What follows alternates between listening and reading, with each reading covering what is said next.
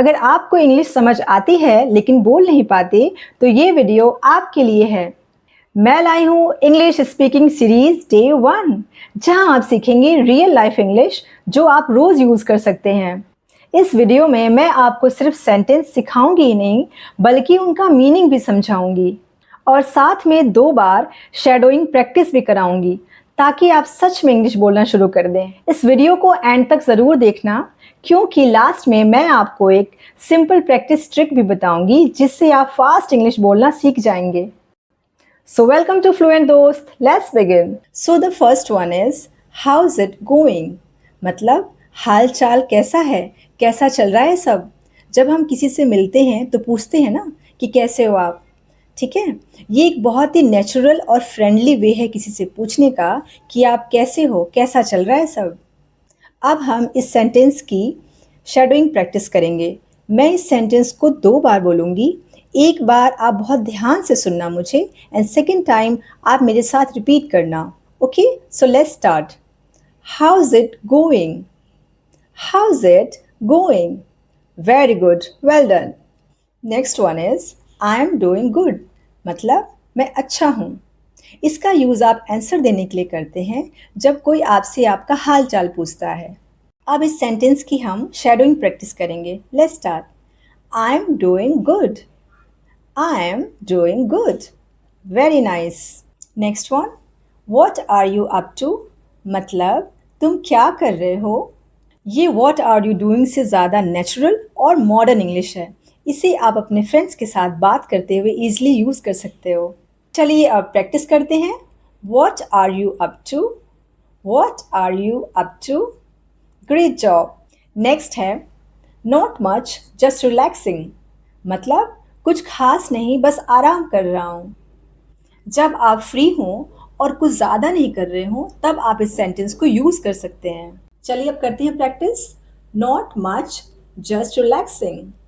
Not much, just relaxing. Very nice. अगर आपको day 2 भी देखना है then please subscribe my channel and press bell icon ताकि कोई भी वीडियो मिस ना हो। Next one is I am heading out, मतलब मैं बाहर जा रहा हूँ। फॉर एग्जाम्पल, अगर आप बाहर जा रहे हो और आपको बताना है कि मैं बाहर जा रहा हूँ, ठीक है, तो आप बोल सकते हो I am heading out. Now repeat after me. I am heading out. I am heading out. Well done. Next है आई एम ऑन माई वे, मतलब मैं रास्ते में हूँ। फॉर एग्जाम्पल, अगर आप कहीं बाहर जा रहे हो, ठीक है, और सामने वाले को बताना है कि आप ऑलरेडी निकल चुके हो, तो आप बोल सकते हो I am on my way. Okay, practice करते हैं अब। I am on my way. I am on my way. Very nice. Next है sorry I didn't catch that, मतलब माफ करना, मैं समझ नहीं पाया।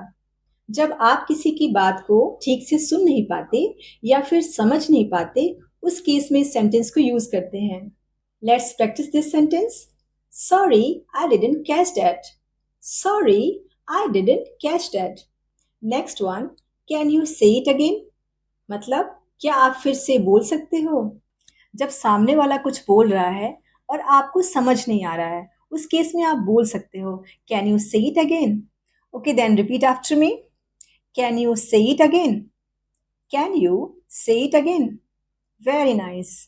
अगर आप इस पूरी सीरीज के साथ इंग्लिश बोलना सीखना चाहते हैं तो अभी सब्सक्राइब करें फ्लुएंट दोस्त को, क्योंकि यहाँ हम रोज रियल लाइफ इंग्लिश प्रैक्टिस करेंगे।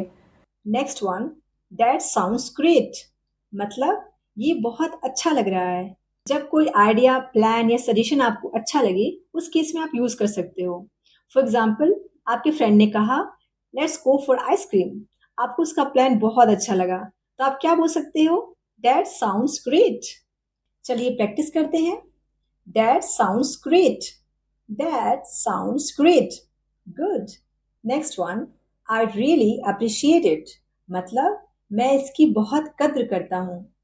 जब कोई आपकी हेल्प करे या कोई अच्छा काम करे, उस केस में आप बोल सकते हो I really appreciate it. Repeat after me. I really appreciate it. I really appreciate it. Great job. Next one, I should get going. मतलब अब मुझे जाना चाहिए। जब कोई कन्वर्सेशन आपको पोलाइटली एंड करना हो, उस कन्वर्सेशन को खत्म करना हो, उस केस में आप बोल सकते हो I should get going. Repeat after me, I should get going. I should get going. Very good. And the last one is talk to you later, मतलब बाद में बात करेंगे। फ्रेंडली वे में गुड बाय बोलने का ये बहुत अच्छा तरीका है। अपने फ्रेंड से बोल सकते हो talk to you later. Repeat after me, talk to you later. Talk to you later. Great. So starting में मैंने आपसे कहा था कि मैं आपको एक ट्रिक दूंगी जिससे आप फास्ट इंग्लिश बोलने लगोगे। तो ट्रिक ये है कि आपको डेली एक रैंडम टॉपिक पे इंग्लिश बोलने की प्रैक्टिस करनी है बिना रुके। वो टॉपिक कुछ भी हो सकता है, लाइक योर डेली रूटीन, या आपकी फेवरेट मूवी, या फिर कोई फेवरेट स्पोर्ट्स। तो ये था इंग्लिश स्पीकिंग सीरीज डे 1। अब आप एक सिंपल प्रैक्टिस करो। इस वीडियो को कम से कम 2 बार ज़रूर देखना। फर्स्ट टाइम सेंटेंस की मीनिंग समझने के लिए एंड सेकेंड टाइम मेरे साथ प्रैक्टिस करने के लिए। अगर आप ये फॉलो करते हैं तो आपकी प्रोनाउंसिएशन और कॉन्फिडेंस दोनों इंप्रूव होंगे। एपिसोड 2 मिस मत करना। सब्सक्राइब करो फ्लुएंट दोस्त को और कमेंट में लिखो डन अगर आपने प्रैक्टिस पूरी कर ली।